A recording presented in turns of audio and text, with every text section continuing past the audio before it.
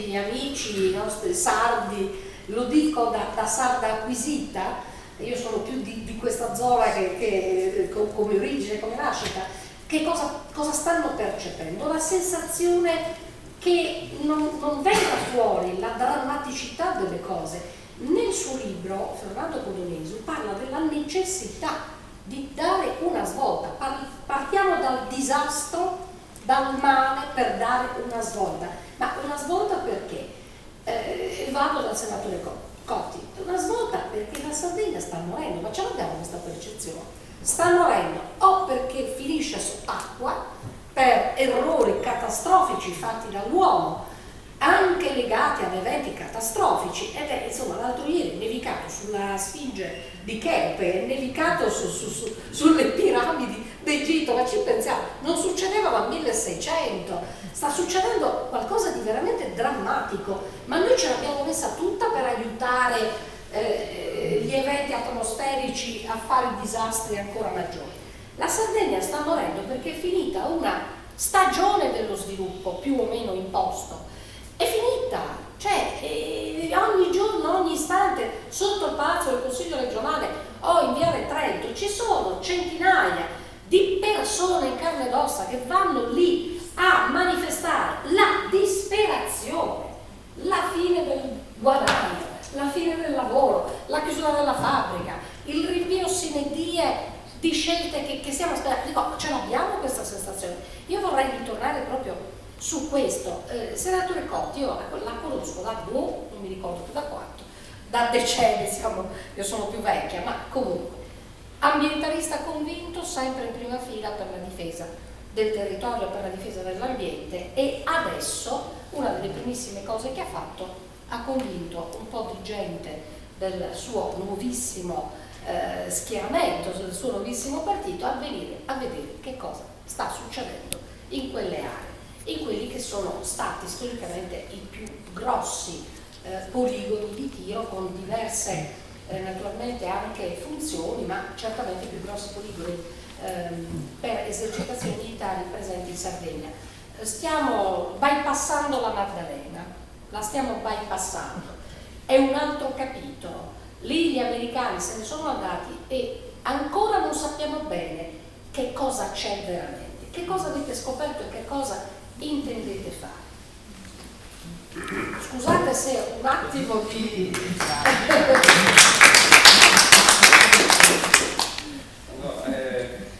In questo momento c'è in atto una fase di grossa revisione del mondo della difesa.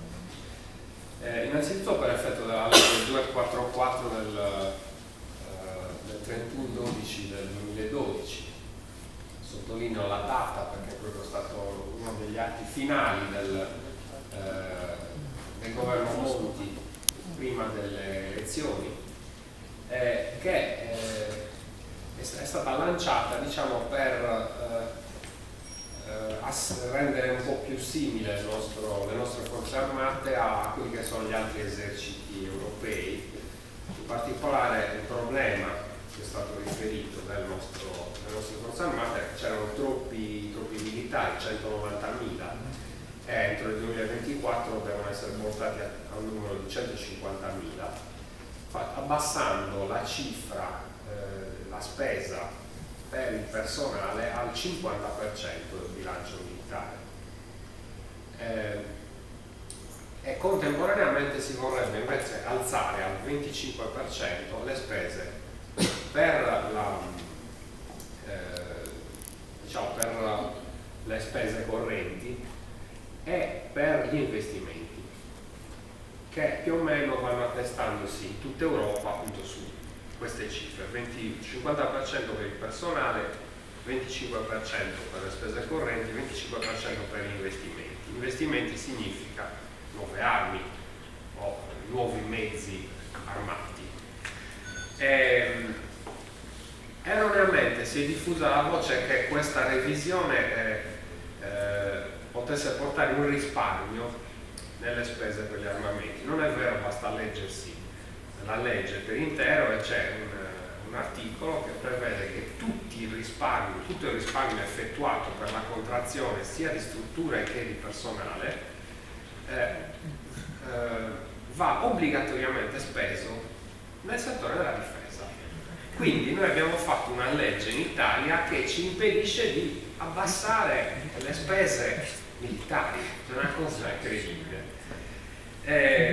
Questa legge 244 va a innestarsi proprio nel processo in cui si sta discutendo di un nuovo modello di difesa europeo, cioè si vorrebbe andare verso una saldatura dei vari eserciti dei 28 paesi dell'Unione Europea.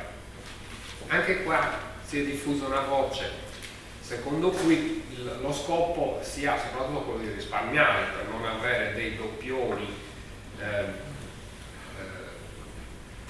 tra i vari stati dell'Unione Europea, invece poter fare delle spese in meno perché certi compiti li possiamo svolgere insieme. In realtà il vero scopo, e lo dicono i documenti stessi che circolano in Parlamento, il vero scopo di questa revisione è soprattutto quello di rilanciare l'industria europea degli armamenti, che adesso sta soffrendo anche di una certa concorrenza interna nei confronti degli acquirenti di paesi extra Unione Europea. Invece con accordi e con una divisione di compiti, tu costruisci questo, tu costruisci quest'altro, io faccio quest'altro, si dovrebbe rilanciare anche il settore dell'industria bellica europea, che non facendosi concorrenza al suo interno dovrebbe riuscire a piazzare armi al di fuori dell'Unione Europea a prezzi più convenienti per noi. E in questa maniera si recupererebbe anche occupazione. Ebbene sì, c'è scritto anche questo, cioè si vuole recuperare occupazione nell'Unione Europea rilanciando la fabbrica di armi. Io sono già esterrefatto per aver trovato proposte simili, lo sono ancora di più quando mi sono ritrovato a votare in commissioni congiunte difesa, esteri e politiche europee una risoluzione in cui diceva chiaramente che uno degli obiettivi della nuova difesa è quella del rilancio della capacità industriale del settore bellico, e indovinate quante persone hanno votato contro questo documento. Eravamo tra tre commissioni parlamentari, quindi una sessantina, c'erano degli assenti, 50-60 persone. Beh, uno solo ha votato contro, io. Manco i tuoi ti hanno seguito. No, neanche i miei. Neanche Luciano si è astenuto, era io deciso. E alla fine Luciano si è astenuto. Toccherà impegnarti di più e essere più persuasivo la prossima volta. Devi studiare. Allora, in questo contesto di revisione dello strumento militare italiano, che poi si dovevano ridurre soprattutto il personale, a mio parere abbiamo moltissimi ufficiali in queste forze armate, e c'è proprio nel libro di Fernando a pagina 32 ho trovato un riferimento che fa questo paragone. Noi abbiamo un generale ogni circa 500 soldati, che è una proporzione esagerata, mentre gli altri, non so, negli Stati Uniti ne hanno uno 1500 circa, qualcosa del genere. Io mi ricorda molto un libro che ho letto nella mia infanzia, I ragazzi della Via Palma. C'era nella banda dei ragazzini che giocavano alla guerra nel quartiere, erano tutti generali, tranne due, uno era il protagonista e l'altro era il cane. Erano gli unici due soldati semplici, gli altri erano tutti generali. Ricordo un po' qua. Ma del resto chi era il ministro della difesa? Un signore che si chiamava Di Paola, guarda caso era un militare, quindi un ammiraglio, quindi questo ci fa capire. E in questo contesto si innesta la nostra conferenza nazionale sulle servitù militari, che tra l'altro abbiamo, non so se avessero già intenzione di farla, comunque sicuramente senza neanche metterci d'accordo, la prima seduta in cui abbiamo potuto in commissione parlare con il ministro, sia io che qui presente Michele Piras di SEL, era commissione di difesa riunita Camera e Senato, abbiamo chiesto che si facesse di nuovo questa conferenza nazionale per i servitù militari, perché è venuto il momento di ridiscutere tante cose che riguardano la Sardegna. Guarda, io tra l'altro abbiamo fatto appunto, come diceva Carmina Conte, anche delle ispezioni ai poligoni. Abbiamo anche notato delle cose che sono state suggerite da qualche organo di stampa, ma molto sottovoce. A Quirra praticamente si esplodeva di tutto, perché tutte le armi obsolete di tutta Italia venivano portate lì e fatte brillare come fosse una discarica. Noi abbiamo esaminato esattamente il posto dove venivano fatte brillare e c'era proprio anche il giorno che l'abbiamo visto, c'era questo venticello che portava dritto la corrente verso Escalaplano. Escalaplano si vedeva, sì, quando girava all'altra parte probabilmente andava. Abbiamo visto le aree dove venivano sparati i missili Milan con i traccianti al torio, e sotto c'erano degli inghiottitoi carsici, quindi tutte le porcherie che venivano sparate lì probabilmente andavano a finire nelle falde acquifere. Abbiamo visto proprio 2 settimane fa Teulada, io porto ancora i segni di quella giornata, non ci hanno solo fatto ispezione al poligono, ma anzi devo dire grazie al comandante del poligono, che tra l'altro è un salto, un fatto rarissimo, ci ha fatto partecipare all'esercitazione militare. Eravamo io e 3 deputati del Movimento 5 Stelle, ci hanno vestito da caschi blu, mentre mi mettevano giù botta tutti i proiettili slogati lì, e ci hanno fatto fare la parte degli ostaggi, ci hanno messo dentro le case sottile lettura. Pensate, io obiettore di coscienza mi sono ritrovato a partecipare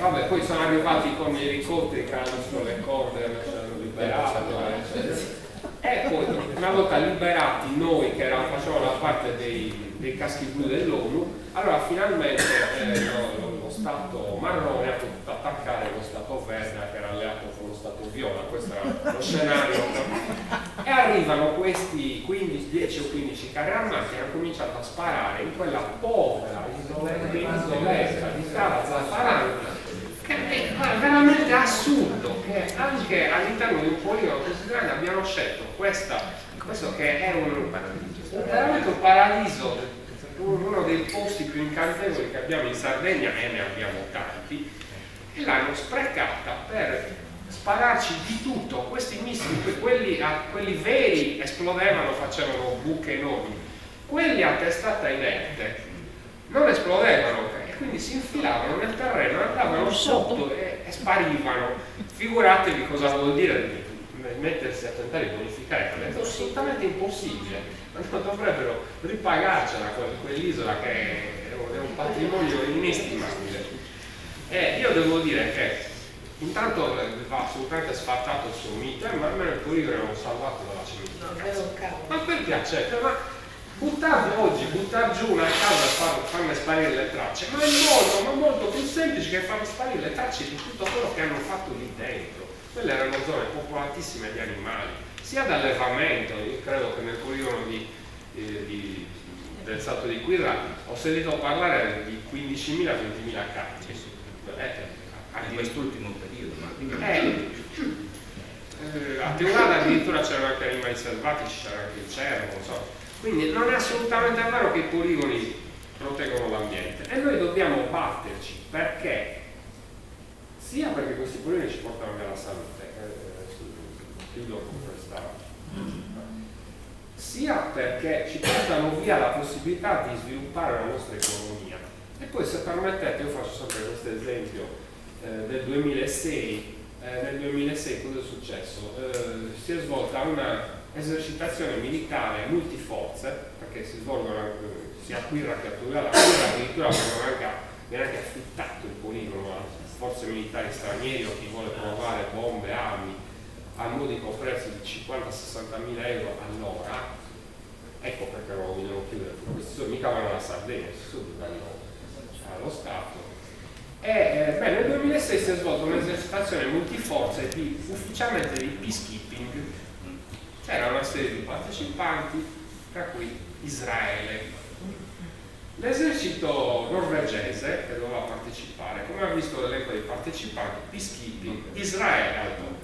Ma ci state prendendo in giro, non sono più venuti. Hanno fatto questa esercitazione tra Decimo, Teulada, Capofrasca.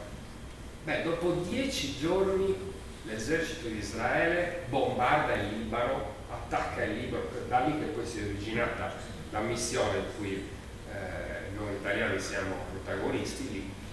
Cioè praticamente hanno utilizzato la Sardegna come piattaforma per sperimentare, per allenarsi un po' e per poi dopo appena una settimana, 10 giorni, fare il loro attacco contro il Libano. Ecco, io come sardo mi sento offeso da questo ruolo che si vuole attribuire alla Sardegna come base per far partire delle guerre assolutamente in contrasto con la nostra Costituzione, e anche di questo bisognerebbe parlare, non solo dell'inquinamento, della mancata